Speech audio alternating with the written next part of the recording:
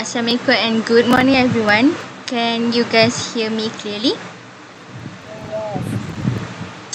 Alright, so thank you for joining today's patient care committee meeting.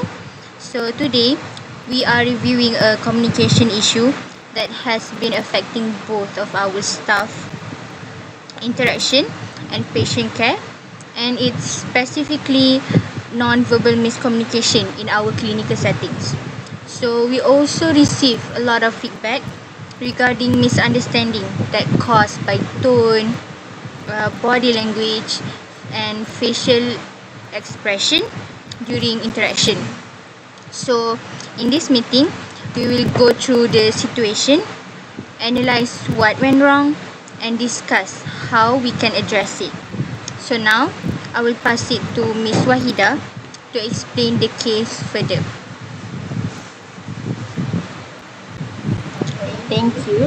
So recently, we observed several situations where some of our healthcare staff, especially during patients' interactions and team discussions, they display non-verbal behaviors like avoiding eye contact, using a flat or slightly harsh tone, and maintaining close body language, such as they crossing their arms.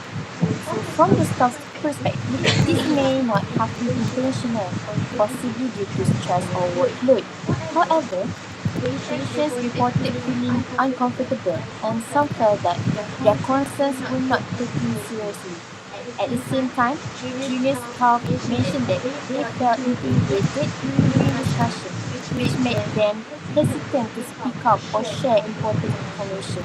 As a result, this has started to affect communication flow, team dynamics, and in some cases, delayed patient-related decisions. Alright guys, so looking at this issue, Mic. okay guys, looking at this issue, we can use the Shannon-Weaver model where we see that the non-verbal behavior will be acted as noise and it will interfere with how the message was received. So even if the intention was neutral, was not negative at all, it will be interpreted negatively. Aside from that, there's politeness theory where the lack of positive non-verbal signals like you don't hold eye contact or lack of nodding, it can make others feel disrespected and undervalued. And in terms of accommodation theory, there seems to be a lack of adjustment in communication styles, especially when you interact with different individuals, especially in healthcare system. There's a lot of people from all kinds of backgrounds. So you have to consider that, including patients and juniors. So overall, the issue is not what is being said, it is the way it is being expressed and interpreted. Thank you. Alright, so thank you everyone.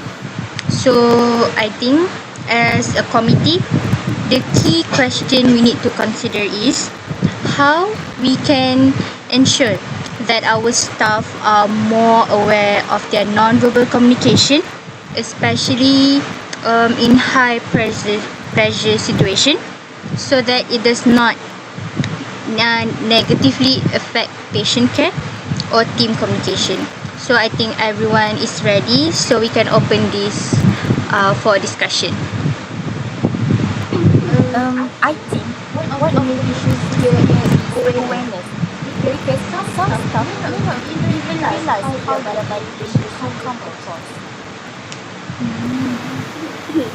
Yeah, I agree, Ms. Juanita. Especially in stressful situations in healthcare, people focus on tasks and they forget about how they're communicating, how people can perceive them. Sorry, Miss Nurin, you were a bit soft just now. Could you repeat that? Oh, sorry. I was saying that in high pressure situations in hospitals, staff may not be aware of their tone or body language because they are focusing on tasks. Right. That makes sense. So maybe we can introduce short presentations or workshops So focusing on nonverbal communication. Yeah, and we have to make it practical for them. Like we can introduce role plays or simulations so they can actually see how they come across to other people. Oh, I have an idea. I also think we should encourage more explicit communication.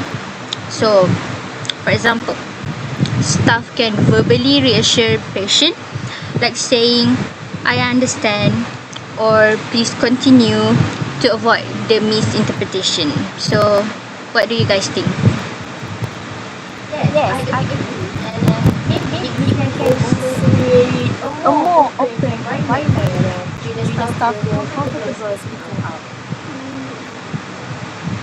Oh, and I think we can possibly include like a feedback system so staff can reflect on their communication style. Hmm. So, I think that sum up everything.